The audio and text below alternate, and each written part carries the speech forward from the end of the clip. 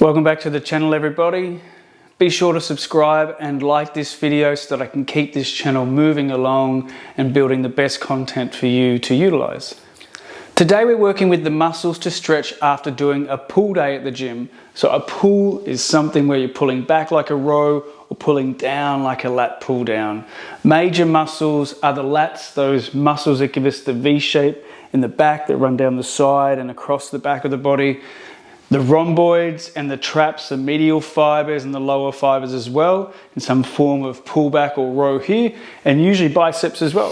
So after I've done my pull day, the first thing I do is get onto a mat or onto the floor, and I do this general range of motion movement, similar to what we did on a push day, where we're just getting some dips and domes happening.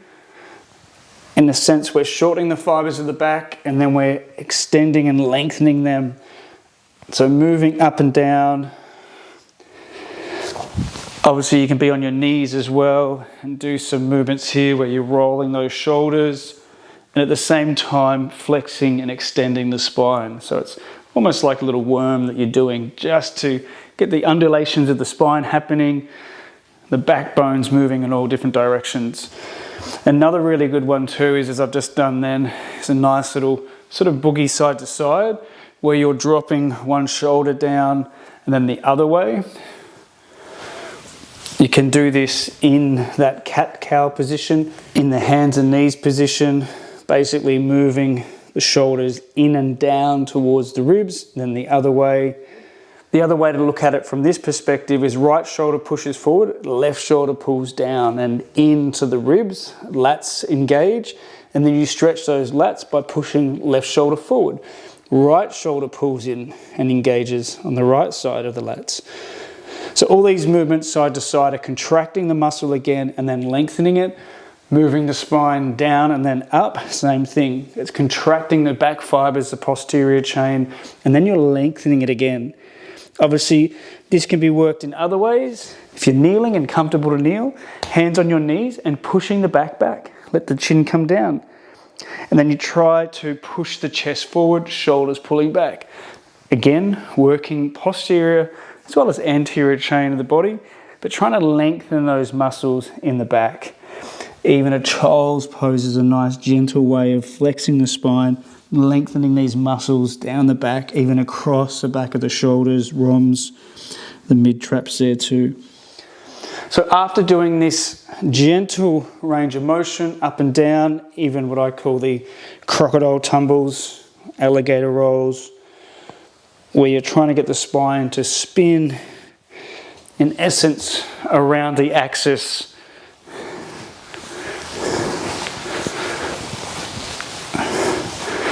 And you can go the other way as well. Usually one way works easier than the other. So if you watch, chest pushing forward, taking it out to one side, pushing it back out to the other. And that causes like a revolution, moving the spine on this axis and again enabling your spine to stay healthy and be able to move. You're just trying to find that full range of motion of the spine, shortening, lengthening fibers. As always, when we're working with the body, especially in these basic movements at the gym where you're not normally changing where your hand positions are that much, the movement you're doing is very linear, down and up, down and up. Maybe you change positions here with the hands. But when we're doing this range of motion after it, we're just enabling all the fibers, all the different lines of fibers to be worked and then moved out again, shortened, then lengthened, shortened, then lengthened. One thing I like to do as well on both pull, push or leg days at the gym is find a pull-up bar, hold on and let the body just hang here in space. My shoulders will slowly lift up towards my ears. That means the body's becoming heavier and my shoulder ligaments keeping the arms in place are getting a gentle stretch, also muscles there. After about 30 seconds, I then gently pull the shoulder blades down, shoulders slightly move away, and I hold that for say 30 seconds. And then I release again. I let the body totally just hang in space. Normally I'm squeezing the glutes and tucking the tail slightly under as well to keep just the abdominals, everything here, on and active. Otherwise, what happens is when we're dangling in space, usually the back will arch. So I'm squeezing my glutes, pulling the hips just slightly under, but letting the shoulders just really get that deep stretch, and then gently pull down. And variations off that, if your feet can touch the ground, you can get straight into a lat stretch by holding onto that pole and just pushing out. That will lengthen here. And then the other way, other arm will be holding on, push out there. Maybe both arms are holding, but you're just leaning to get that stretch down the lats. If you're just on the floor and want to do a side bend, left hand comes down, right arm comes up and over, lengthening through here. Lats area, same thing, other side, holding and breathing. As always, when we work with the body and stretching, you just want to get into the breathing. Slow the breath down and be present with your body so you can feel the fibers and the areas that you're working. And then you're able to do these minor movements, and that just, again, engages all different lines of the tissues, the different fibers of the tissues within the muscle groups we're working and stretching. Same for the other side where you'd have the arm up, and I just do slight movements. Another variation of this can be like nice and deeper. Knees are wide, coming down onto your elbows or forearms, walk them out to the left side, left arm takes the weight, and the right arm lengthens out and stretches, and that's going to give you a deep stretch down the lats. It'll also give you a bit of a groin stretch too. That right shoulder is then possibly able to move up and down. Find that breath. Keeps holding, breathing. You can let the body be still. I like to do slight motion, range of motion as I'm in a stretch, just to see if I can tap into other fibers that may not always get that direct stretch. Maybe the head rests down. Bring that right arm in and go to the other side. So walking out, right elbow would take the weight, left arm would lengthen. So similar to if you're just hanging from a pull-up bar and leaning to one side, it's going to stretch and work down the side of the body. I find this one gets, for me, a little bit deeper, purely because I'm getting that groin stretch as well. I'm sort of getting 2 for 1 at the same time. Breathing, maybe the head's just dangling. Trying to soften through there, as well as using the breath to expand the ribs, and that will stretch you from the inside out.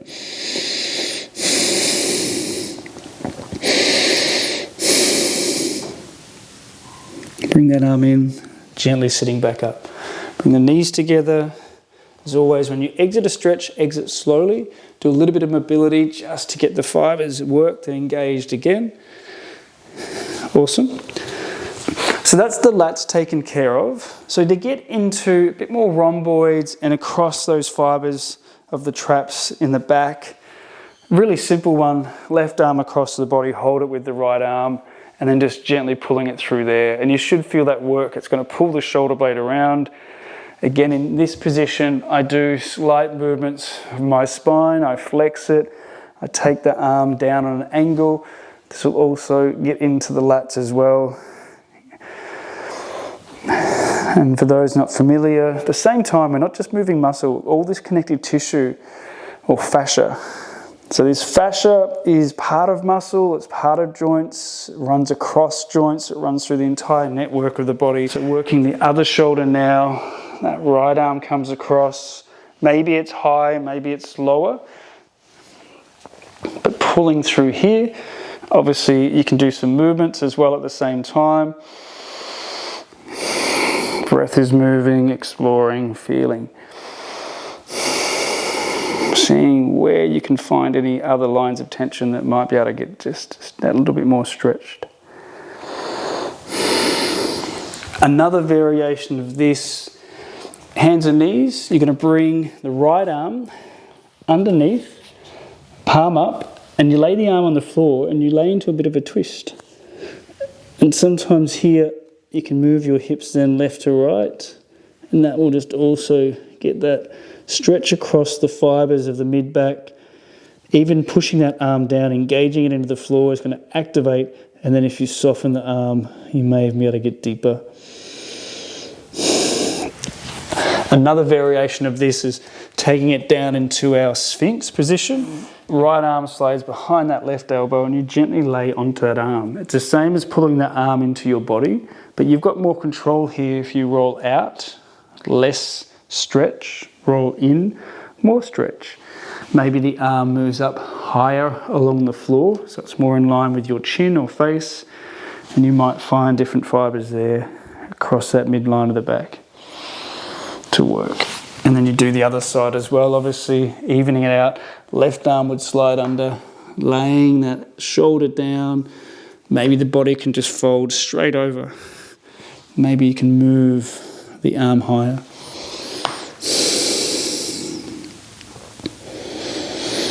And that breath is just what helps to soften, ease the muscles and help them to stretch and lengthen further.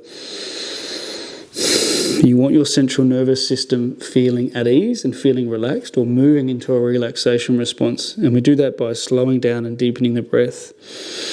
Tendons will then also slightly lengthen, which enables your muscles to lengthen further. So after contracting them, squeezing them during your workout, you're now lengthening and stretching them back out, getting blood flow back in to work that lactic acid out of the muscle. So come out of there. Now working the bicep. So we'll be laying flat like we do for the pec stretch, but rather than having the palm flat to the ground, we'll be creating a fist and having this part of the fist on the floor. The elbow then is trying to straighten so that we can get the fibres up here through the bicep worked. It's possible you may be able to lift the fist slightly up off the floor, this action, if I'm laying flat. And from there, slight turning of the arm as you're laying down. You've got to be really cautious with this. But this movement here I'm doing in the arm on the ground to get into possibly the long head bicep tendon. There are two muscles. Obviously bicep means two. So if we take this down to the floor, laying flat, that arm would go out on an angle anywhere between T and V, creating the fist. The flat of the fist is on the floor. You can roll into it, maybe lift the fist slightly up off the ground, and then explore slight movements of the arm. Find a position that gets a stretch, breathe, stay here.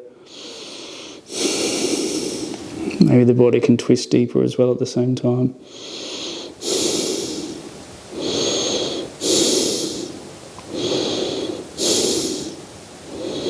Change positions. Again, maybe lift the fist, maybe gently turn the arm if that feels appropriate. Again, finding where that bicep tendon and the bicep muscle are getting those stretches.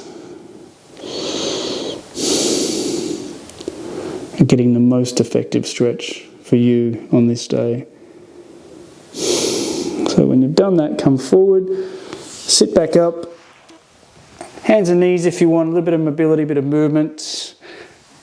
So this time my right arm's out, creating that fist. I'm laying down, I can feel it straight away in this bicep. I'm exploring a little bit of movement. I find if I'm in this position, head up off the floor is working better. And then that fist, that right fist is trying to lift up off the ground. And if you just slightly start to roll, very gently, inwards, outwards, that arm on the ground, you may find you'll be able to get into more of those fibres of the bicep. And then slowly come down out of there. Lift up.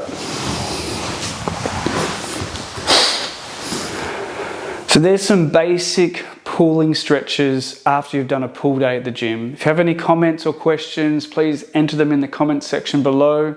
Hit the like button, hit the subscribe button. Thanks for taking your time to watch this video. I hope it was helpful. I hope that your body now feels a little bit more active and obviously flexible and moved, mobilized post your workout. Thanks again, and I'll see you soon.